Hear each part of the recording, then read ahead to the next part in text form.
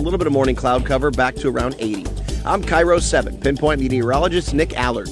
75 at Fair in downtown Seattle. I'm Frank Shires. Subscribe to us on YouTube for our can't miss clips. KIRO Radio 97.3 FM. News and talk, powered by the Pacific Northwest. The Big Lead is brought to you by 3010 Weight Loss for Life. The Dori Monson Show on KIRO Radio. This is The Big Lead. Coming to you from the Carter Subaru studio and streaming on Facebook Live. Welcome. Welcome to the big show. Okay, before I get to the Big Lead, I just have to comment on something in the newscast there. I do not understand this Capital One hacker. I don't understand why everybody in the media thinks they have to call Paige Thompson a woman, why we have to use female pronouns. This person's being held in a male jail. And but we're so consumed with political correctness. And this person wanted to go to a European country that had assisted suicide. And everybody says, oh, they're nuts. They were tweeting at Donald Trump asking to be deported. Oh, this person's nuts. This person's a man who claims he's a woman. Oh, we all have to accept that and repeat it. But this person's being held in a men's incarceration center. So why does everybody, and I'm looking at every single story in the media that calls this person a woman. It makes no sense when they're being held in a men's jail for the Capital One hack. But we are consumed, and everybody thinks that we all have to use their chosen pronoun when every other aspect of their life they seem to be crazy, but this is the one that we have to accept as sane and at face value. You know what's really nuts? How the media treats stuff like this. Oh, my goodness. All right. With that as mere prelude, let's get right to the Big Lead. The Big Lead, Dori Monson Show exclusive. I've got a crazy exclusive story for you, and I'm going to talk to the general manager of this Ballard Shipyard at 12:30 this afternoon. But I'll tell you just briefly what happened. A presumed drug vagrant on 24th and Shilshole in Ballard stole a hard hat. And there are a bunch of Seattle DOT crews and all kinds of crews. They're digging a big hole by the Yankee Diner there on 24th and Shilshole. And they believe that this woman stole a hard hat. And then she walked into the Pacific Fisherman Shipyard that's right there. And everybody saw somebody wearing a hard hat, and it seemed like, well, they must belong here. Well, that's when she went to the wheelhouse of a 123-foot, 400-ton Alaska king crab vessel that was at this shipyard to have some work done on it. And there were some of the shipyard workers, they were down in the engine room, and all of a sudden they hear somebody's trying to turn over the engine. And it's this drug vagrant who stole a hard hat to get in there. And as the general manager, he sent a letter to the Seattle City prosecutor, and he CC'd me. And he said, if she had been able to successfully commandeer this gigantic diesel crab boat, if she had gone just a couple of minutes down the cut there to the Ballard Locks, she could have rammed the dam between the cut that goes to Lake Washington and Puget Sound, and she could have drained Lake Washington by ramming through that dam. And what he said is, how is this any different from the person who stole the Victoria Clipper? Remember that? And damaged a bunch of other boats. Or the guy who stole that Horizon airplane and flew loop-de-loops over Puget Sound before crashing it into an island, killing himself. How is it any different? Well, here's the difference. In this case, it was a drug vagrant. And so what happened? She was arrested on 2 felony counts, but immediately released within 24 hours and is back on the streets today. And this is right after we find out about the meth head with the pitchfork who tried to murder a woman, gets charged with assault when it could have been attempted murder. But it's part of that catch and release program. So anyway, you're going to hear details. Nobody else knows about this story, but you're going to hear the details coming up at 12:30 about how we presume it's a drug addict, homeless woman tried to commandeer a huge Alaska king crab vessel at the Shipyard in Ballard. It's an amazing story, and what's amazing is that she's free within 24 hours and back on the streets, and how our prosecutors do not take crime seriously if they are committed by drug addicts. We have 2 sets of justice in the Puget Sound region. One for people who don't use drugs and own a house or rent a house and actually have something to live for. And I'm not saying that drug addicts don't have anything to live for. Don't misinterpret. I'm talking about in material goods. If you have something that they can go after, then they will. If you are a drug addict, the option is to lock them up because, you can't find them. But instead, they just let them go. Try to steal a ship? No big deal. What do we care? You will hear more details coming up at 12:30 this afternoon. Up next in the Big Lead. The Big Lead. Top story. I find this absolutely amazing. The CEO of Sound Transit. As you know, I believe that Sound Transit is the most criminal public agency in our nation's history. And I'm not engaging in hyperbole when I say that. There simply is no other public agency. And I always get these dopey supporters of Sound Transit. Dori, have you never heard of Halliburton? And, I mean, they send me all this stuff. And no, when it comes to what it's cost taxpayers, no, Halliburton is dwarfed by Sound Transit. But also, it was a public company. It was a publicly traded company, but private industry. I'm talking about government entities. There's never been a criminal entity like Sound Transit. Well, the CEO of Sound Transit, Peter Rogoff, he has said something absolutely mind-blowing. He seems to be, and understand, I am not endorsing this. But this is coming from the CEO of Sound Transit. He went to Twitter yesterday on his official Sound Transit CEO account.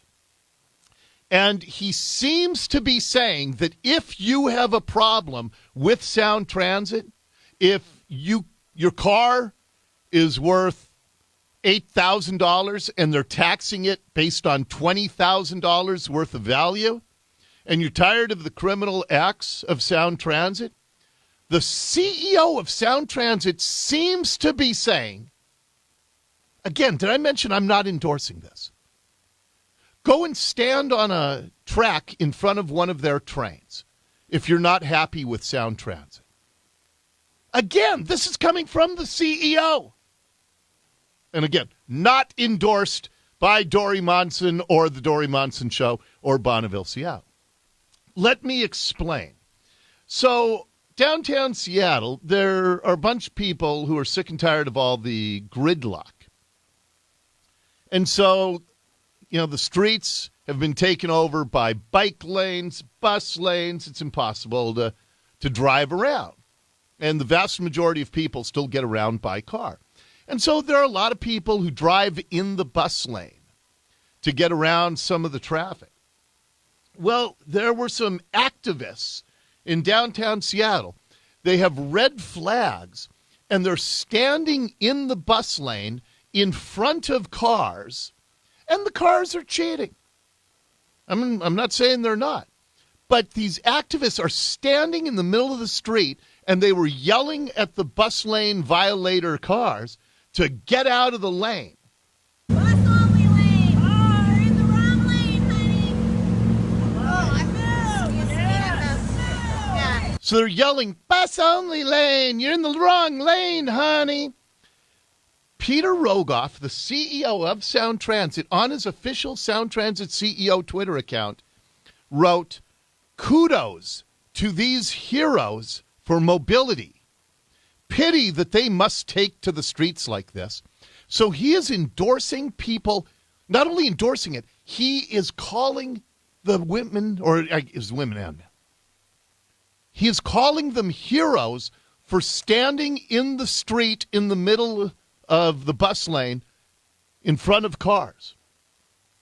Because the protesters, they don't like that the cars are using the bus lane. So I can only assume that to be consistent, if somebody doesn't like their car being taxed at twice its value by Sound Transit, I assume that Peter Rogoff would be equally okay, not only okay, but would call them heroes if somebody stands on a track in front of a Sound Transit train.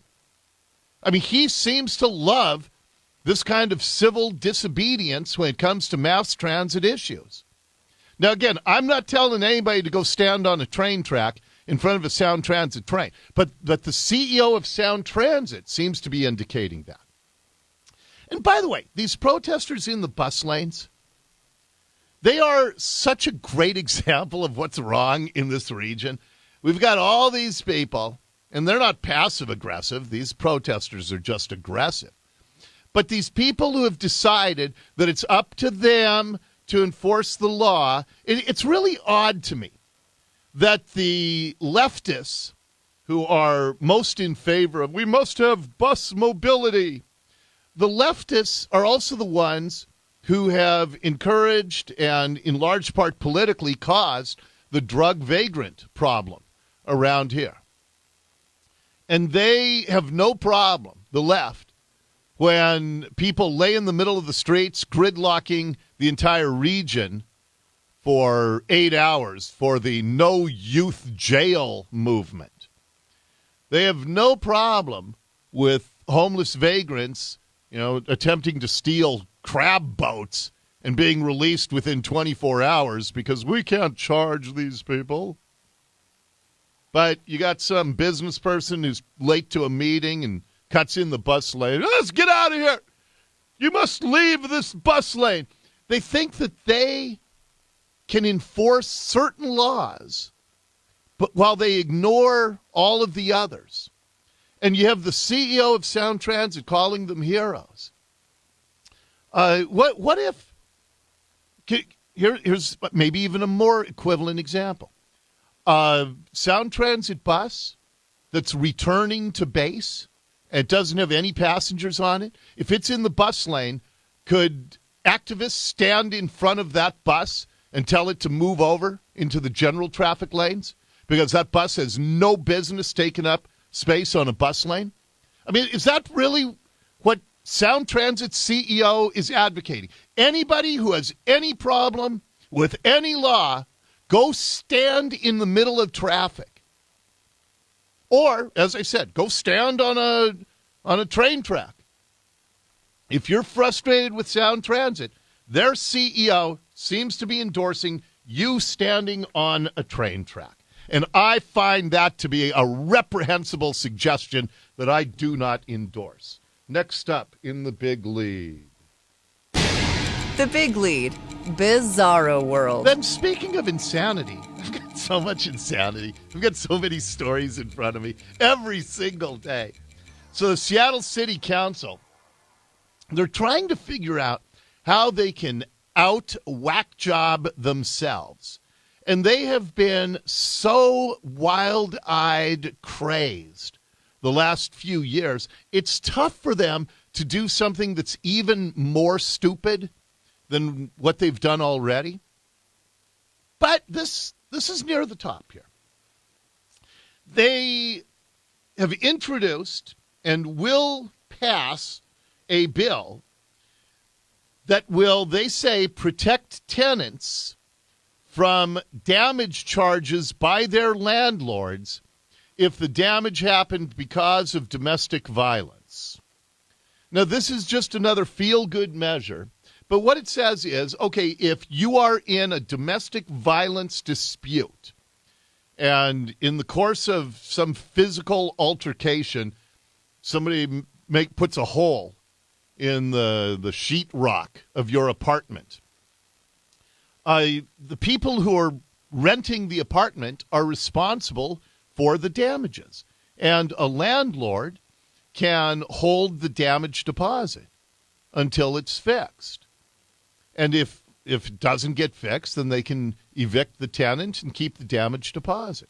Well, under this bill, if the tenant can prove that there was domestic violence in the apartment or the house, and that's what caused the damage, they would not be legally responsible for repairing the damage. Who would be? The owner of the building, the landlord. It's not that government, the Landlords Association said, look, if you're going to pass this law, then why don't you come up with some tax dollars and the city of Seattle can repair the damage? And they said, no, we're just going to put this on the landlord. You're going to have to pay for it yourself. How the heck is it the responsibility of a landlord, an apartment building owner, a homeowner who rents out? How is it their responsibility to repair the damage because the tenant got involved in a DV? Now, they said, well, a lot of times the victims are even more victimized by having to repair the damage. But it's not the landlord's fault. If there's holes in the wall or windows broken out or toilet fixtures smashed, it's not the fault of the landlord. It's another example of just the absolute contempt in the name of social justice. And because who would ever question not having domestic violence victims held responsible for damages? And all I'm saying is, I know the landlord shouldn't be responsible for those damages. And what this will do is two things. It will and by the way, in Seattle, you cannot take somebody's past criminal history into account when you rent to them. And so if somebody has 3, 5 domestic violence incidents in their criminal record, you are legally prohibited from considering that when you rent out an apartment. There are only certain sex crimes that can be taken into account. So what does this do? Well, it means that landlords are going to find ways to not rent to people that they think are most likely prone to domestic violence. Those happen to be the poor, disproportionately by a huge statistical margin. The poor are involved in most DV incidents. And so they're going to find ways to not rent to the poor. It's going to jack up the price of houses and apartments because another burden is placed on the landlords. And all the things that Seattle says they're concerned about will get worse because they have to do something that feels good. Never does good, just feels good. And that is your big lead for today. The Big Lead on KIRO Radio. Okay, an exclusive you do not want to miss. How a presumed drug-addicted woman tried to steal a crab boat that could have resulted in the draining of Lake Washington. You'll hear it exclusively next on the Dori Monson Show.